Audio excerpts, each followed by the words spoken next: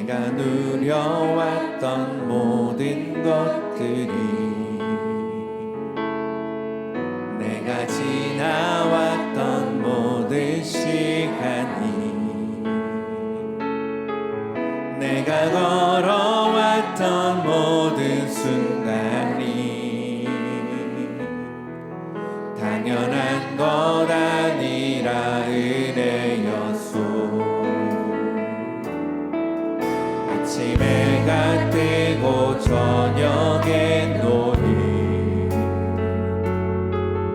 봄의 꽃향기와 가을의 열매, 변하는 계절의 모든 순간이 당연한 건 아니라 은혜였어. 아멘. 모든 것이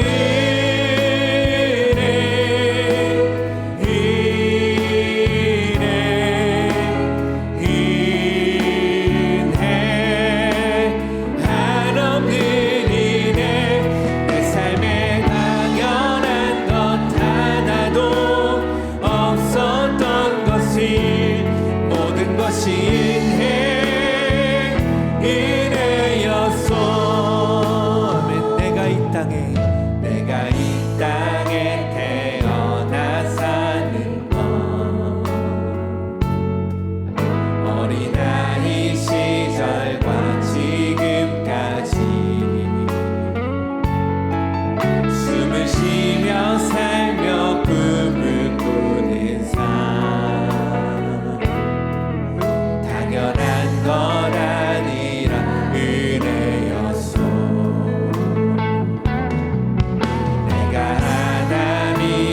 자녀로 살며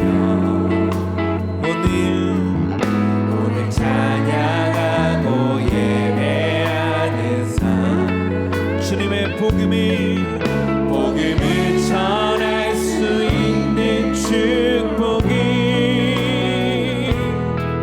당연한 것 아니라 은혜였소. 모든 것이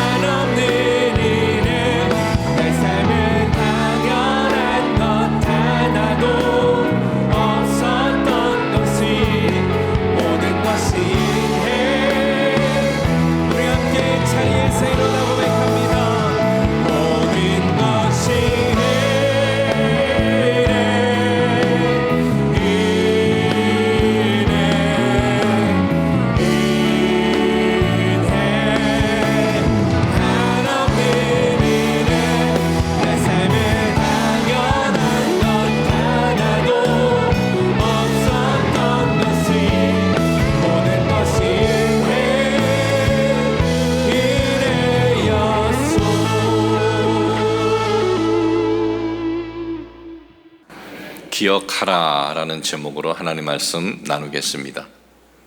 이 사람이 죽기 전에 마지막으로 하는 당부가 있습니다.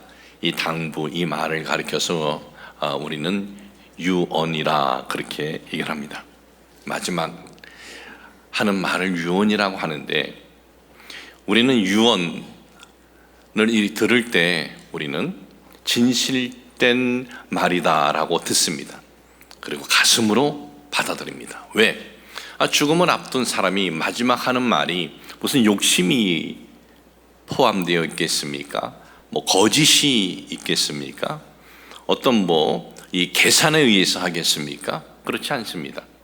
자기가 인생을 살아오면서 이 가슴에 갖고 있었던 진실을 사랑하는 이들에게 꼭 전해주고 싶은 것을 말할 때, 그것을 우리는 유언할 때 그것을 우리는 받아들입니다.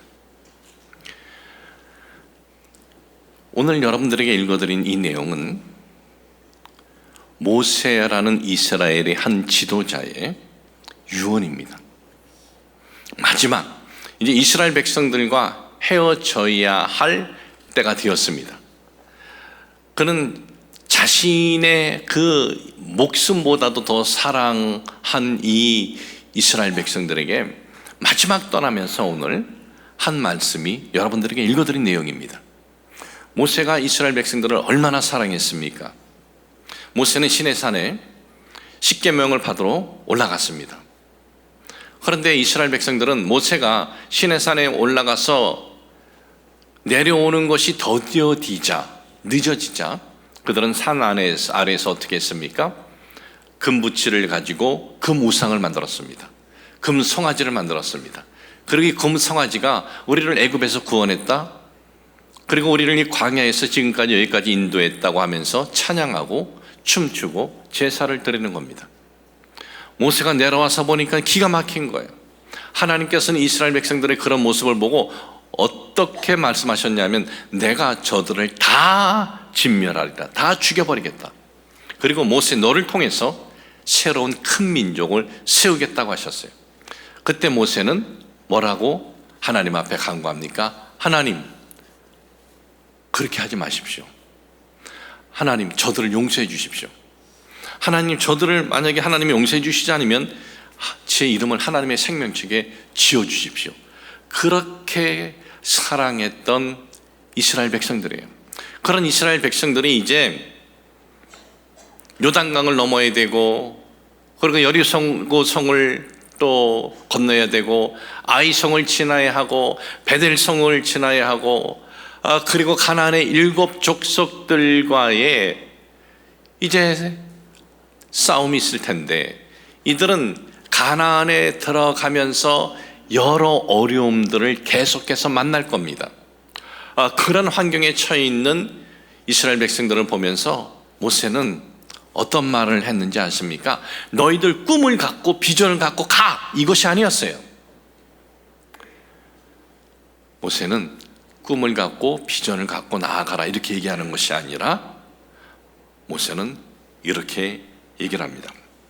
오늘 여러분들에게 이 봉독해드린 이 본문 말씀 7절, 이 7절에 보니까는 이렇게 말씀이 기록이 되어 있습니다. 신명기 32장 7절, 옛날을 기억하라. 역대의 연대를 생각하라. 네 아버지에게 물으라. 그가 네게 설명할 것이요 네 어른들에게 물으라. 그들이 네게 말하리로다 그랬어요. 옛날을 기억하라. 그러니까 너희들이 겪지 못했던 것들까지 기억해서 너희 부모에게 물어봐라. 그리고 그 과거 그때를 기억하라. 도대체 뭘 기억하라는 걸까요? 뭘 물어보라는 걸까요? 여기에는 2가지가 있어요. 그 첫 번째는 뭐냐? 애굽에서 너희들의 삶을 기억하라. 애굽에서 이스라엘 백성들은 어떤 삶이었습니까? 노예였어요. 노예. 그들은 태어날 때부터 노예였어요. 노예로 태어나서 노예로 살다가 노예로 죽어야만 했습니다. 노예가 뭡니까? 뭘 배우고 싶은 것이 있어도 배울 수가 없어요. 내가 어떤 꿈을 갖고 나아가고자 해도 그 꿈을 가질 수도 없어요. 그저 애굽 사람들이 시키는 일을 하다가 죽어야 하는 것이 노예였어요. 나만 노예가 아닙니다. 우리 부모만 노예가 아닙니다. 내 자식도 노예고, 그리고 그 자식이 나중에 또 결혼해서 아이를 낳으면 그 손주도 노예였던 거예요. 그러니까 희망, 꿈, 그 무엇도 가질 수 없는 그러한 그때를 기억하라. 그 과거를 잊지 마라 라는 거예요. 그 과거에서도, 그 힘든 때에서도 너희들이 이겨냈다. 너희들이 그 과거에서 그 비참한 삶에서도 너희들이 포기하지 않았다. 그걸 잊지 마라. 가나안으로 너희들이 들어갈 때 너희들이 원하는 대로 만사 형통이 쫙 펼쳐지는 것이 아니야. 이런 어려움이 있고 저런 어려움이 있고 힘든 일이 있을 거야. 그럴 때 잊지 마라. 애굽에서 너희의 부모들이, 너희의 선조들이 이겨냈던 것처럼 너희들도 그 과거를 너희들이 잊지 않으면 오늘의 그 어려움이 너희들을 쓰러뜨리지 못할 것이다 라는 것입니다. 여러분, 우리 민족은 잊지 말아야 할 과거가 있어요. 1세기도 지나지 않았습니다. 75년 전입니다. 지난 6월 25일 이 나라에 전쟁이 있었어요. 75년 전에 북한이 이 나라를 쳐들어왔어요. 우리나라는 순식간에 다 빼앗기고 저 부산 그 일대만 남아 있었습니다. 이제는 이 나라는 공산화되는 거예요. 공산화되어 버렸으면 우리 예배 그런 거 못 드립니다. 왜? 공산당은 종교는 마약이다 그래가지고 허락지 않아요. 이제 끝났다라고 했는데 유엔이 결의를 했습니다. 저 한국이라는 나라를 우리가 도와줘야 된다. 우리가 지켜줘야 된다. 그래서 유엔이 이 나라에 도우러 왔어요. 군대 파병한 나라가 16개국입니다. 의료 지원을 한 나라가 6개국이에요. 유엔이라는 이름으로 왔지만은 미국 중심으로 온 거예요. 그 근거는 여기에 있습니다. 유엔군 중에 군인 파병한 16개국 중에 가장 적게 군인을 파병한 나라가 어느 나라냐? 남아프리카 공화국입니다. 826명을 파송을 했습니다. 군인을. 그리고 대부분의 나라들은 몇천 명씩 군인들을 보냈어요. 10,000 단위 이상 보낸 나라들이 있어요. 튀르키예, 그리고 호주, 그리고 캐나다. 여기 10,000 단위 이상 군인들을 보냈고, 그리고 5만 명 이상 보낸 나라가 있습니다. 영국이 5만 명 이상을 보냈어요. 그러면 제일 많이 보낸 미국은 몇 명 보냈는지 아세요? 3년 넘도록 이 땅에 전쟁이 있을 때 미국은 178만 명을 보냈어요. 178만 명. 저 태평양 저 건너에서 이 알지도 못하는 이 가난한 나라를 위해서 178만 명의 미국 군인이 왔는데, 그 군인들 중에 그 당시 대통령, 미국 대통령 아이젠하워 대통령의 아들도 왔어요. 그리고 미국의 별자리들 아들들이 100여 명이 왔어요. 자원에서. 아이젠하워 대통령이 유엔군 사령관에게 이런 부탁을 했습니다. 내 아들이 한국 전에 나갔는데 될 수 있으면 전방으로 보내주지 않았으면 좋겠다. 그랬을 때 유엔군 사령관이 안 된다라고 하려고 했는데, 그 다음에 대통령이 이렇게 얘기했다는 거예요. 아이젠하워 대통령이, 내가 그렇게 하는 데는 이런 이유 때문입니다. 나도 내 아들이 다른 우리 미국에서 파송된 우리 군인들처럼 최전방에서 나도 싸우는 것을 원한다. 그런데 만약 내 아들이 저 북한군에게 중국과 러시아가 함께 이제 합작을 한 거 아닙니까? 저들이 내 아들을 포로로 잡아가지고 이걸 이용하면 어떡하냐. 그러기 때문에 그런 것이다. 그랬을 때 유엔군 사령관이 예, 각하 했던 그런 일화도 있어요. 그리고 이 자기 아버지는 별인데, 별을 달았는데 여기 와서 100여 명이 와가지고 그 아들들이 우리나라 전쟁에 참여했는데 죽고 실종당하고 부산당한 그 스타 별자리 아들들이 몇 명이냐? 37명이나 있었다는 거예요. 유엔군이 몇 명이 죽었냐면 5만 명이 죽었어요. 그 중에 4만 명 이상이 미군이었어요. 참, 우리 대한민국이라는 이 작은 나라를 위해서 목숨 바쳐서 지켜주겠다고 온 이들의 이런 참 피 흘림이 있었을 뿐만 아니라, 우리 이 전쟁을 위해서 몇 명이 죽었느냐? 군인과 이 남한 일반 사람들하고 100만 명 이상이 죽었어요. 75년 전에. 그러면 사망한 것으로 끝났습니까? 전쟁 이후에 지금 우리는요, 전쟁 끝난 거 아니에요.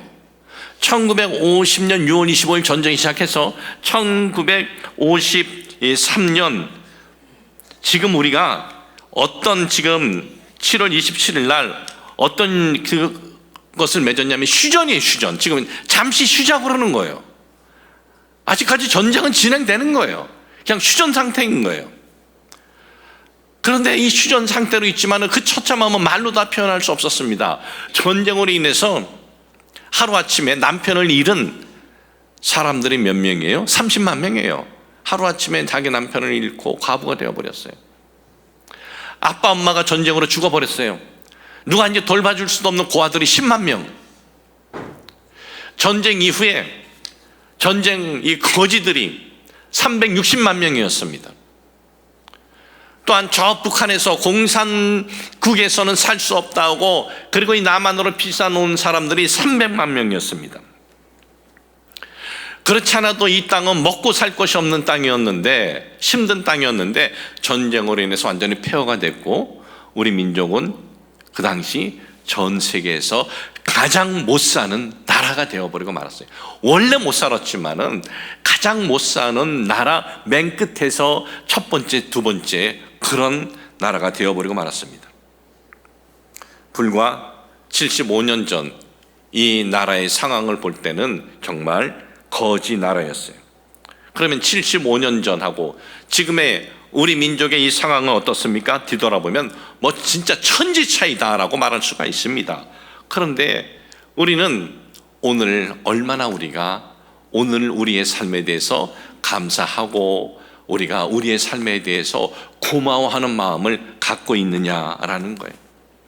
과거에 그 폐허 속에서 있었던 이 민족의 그 시절을 기억한다면 오늘은 우리가 살아갈 때 좀 어렵고 힘들고 우리의 뜻하는 대로 길이 열리지 않아도, 내가 원하는 대로 일이 다 이루어지지 않아도 우리는 감사하며 살아갈 수 있다라는 거예요.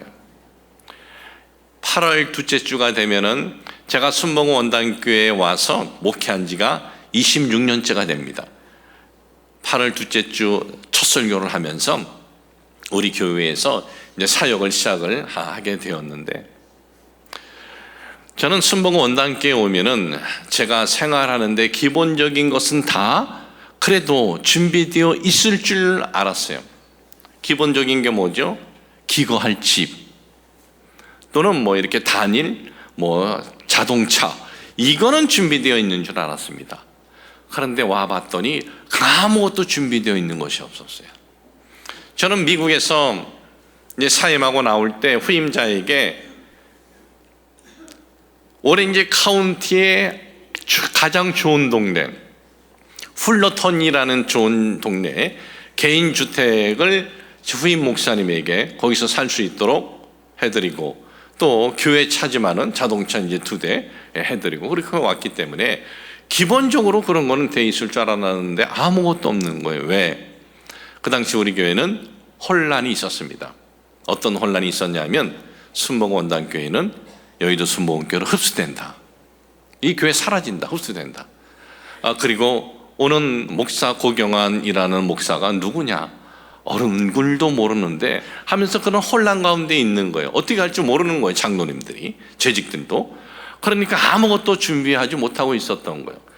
8월 둘째 주 설교하면서 어디 기거할 데가 없으니까 우리 지금 식당으로 있는 상록빌딩 지하 1층과 6, 7, 8층이 우리 교회의 공간이었어요. 그것이 우리 교회 전부 우리 교회 이 공간이었는데, 거기서 예배드리고 다 했는데 7층에 이제 사무실에 한 곳에 잘 수 있는 침대 하나 놓고 거기서 거의 한 서너 달을 지냈습니다. 집사람하고 민지하고 미셸이하고 민정이도 왔습니다. 민정이는 어머니 뱃속에서 왔어요. 집사람 뱃속에서. 그래서 왔는데 어디 갈 데가 없는 거예요. 그래서 처갓집에 가서 교회에서 아파트를 얻어줄 때까지 그렇게 기도했습니다. 그러면 교회라고 하지만은 상가인 그 지역에서 서너 달 살면서 마음에 불편함이 있었느냐? 전혀 그런 불편함이 없었어요. 왜? 과거가 이것보다 더 힘들었던 과거들이 있었기 때문에 그래요. 저는 14살 때 부모님을 따라서 이민을 갔습니다. 파라과이라는 나라에 이민 가서 돈 한 푼 없이 7 식구들이 처음 집을 얻어 들어가서 산 곳은요, 방 한 칸이었어요. 구체적으로는 방 2칸인데, 근데 왜 한 칸이라 그러냐 하면은 제가 그건 다음 주에 말씀드리겠습니다. 7 식구가 한 칸에 사는 거, 방 한 칸. 에어 컨디션도 없는 거예요. 뭐 오늘 이 3부 예배 때 저희 그 집에 넷째 여동생이 오늘 아들 딸 데리고 와서 예배에 지금 참석을 하고 있는데, 우리 형제들끼리 만나면 그런 힘들었던 기억들이 있어요. 이번에 아마 고대 의대에서 이제 세미나 강사로 초청해가지고 이제 잠시 이제 들어온 것 같습니다. 근데 그 힘들었던 때도 있었는데, 그리고 그 힘들었었던 때에 우리 아버지 어머니가, 우리 부모님들이 정말 낙심하지 않고 포기하지 않고 열심히 그 힘든 과정을 지나왔기 때문에 오늘 우리들이 있는 것 아니겠습니까? 우리 부모님들이 전쟁 때, 그리고 전쟁 이후 힘들었을 때 우리 부모님들이 포기하거나 낙심했으면 오늘의 우리가 어떻게 있었겠어요? 그러니까 우리는 오늘 살아가면서 과거 우리 부모님들은 그렇게 힘들었었던 때를 그 이겨낸 거에 대한 우리 부모님들에게 우리는 감사해야 돼요. 그거 하나만 해도 우리는 고마워야 된다는 거예요. 뭐 그런 어려움만 있었던 것이 아니라 처음 목회를 했었을 1983년 에콰도르 순복음교회 개척을 했을 때도 조그만 3층에 있는 오피스 하나 얻어가지고 그 안에서 먹고 자고 예배드리면서 시작을 한 거예요. 에어컨도 없이 그 더운 남미에서, 에콰도르는 중미죠. 그렇게 시작을 한 거예요. 물론 한 1년 지났을 때는 교회가 안정이 되었을 때 스승 되신 조윤기 목사님의 배려로 여의도 순복음교회에서 돈을 보내주더라고요. 한 달에 500불씩 1년치 6,000불이 왔어요. 근데 총각 전도사가 돈 쓸 데가 없는 거예요. 그래서 그 6,000불 가지고 뭘 할까 그러다가 교회 땅을 사버렸어요. 근데 돈이 좀 모자랐는데 제가 그 당시 취미가 사진 찍는 거라 사진 찍는 거, 먼데 찍는 거, 가까이 찍는 거, 뭐 이런 거 세트가 있는 거를 팔아버렸어요. 팔아버리고 돈을 합쳐가지고 그걸 가지고 땅을 사놨어요. 내 이름으로 돼 있어요. 지금까지 잘 왔는데 올해 연락이 왔어요. 그 교회 담임 목사님이 그 땅을 달라는 거예요. 땅값이 많이 올랐다는 거예요. 아니 42년 전에 10,000불 주고 샀으니 얼마나 많이 올랐겠어요. 그것도 그 당시 좋은 지역에 사놨거든요. 벨야비스타라고, 아주 아름다운 비스타라는 이런 의미인데, 그래서 그래도 그냥 줄 수는 없잖아요. 그 교회에 공동에 해온 그 근거 나한테 보내라. 그러니까 보내왔어요. 그래서 우리 비서실에서 그러면 내 이름으로 된 거를 저쪽 교회 이름으로 원하는 대로 다 해줘라. 그래가지고 아마 다음 주에 내 이름으로 된 땅이 남의 이름으로 넘어갈 것 같아요. 예. 네, 그런 거는 그렇게 해야 돼요. 왜? 조윤기 목사님이, 스승 되신 목사님이 주셨지만 여의도 순복음교회 성도들이 헌금한 돈 아니겠습니까? 선교 헌금한 것.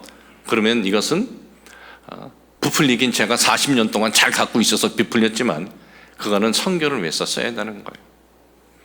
처음 개척을 했을 때는 정말 힘들었거든요. 할머니 하나 놓고 그런 과거를 이렇게 생각을 하니까는 이 7층 오피스 한 곳에 뭐 조그만 침대 놓고 거기서 수달 여러 달 동안 기거하는 것은 문제가 되지가 않는 거예요. 문제가.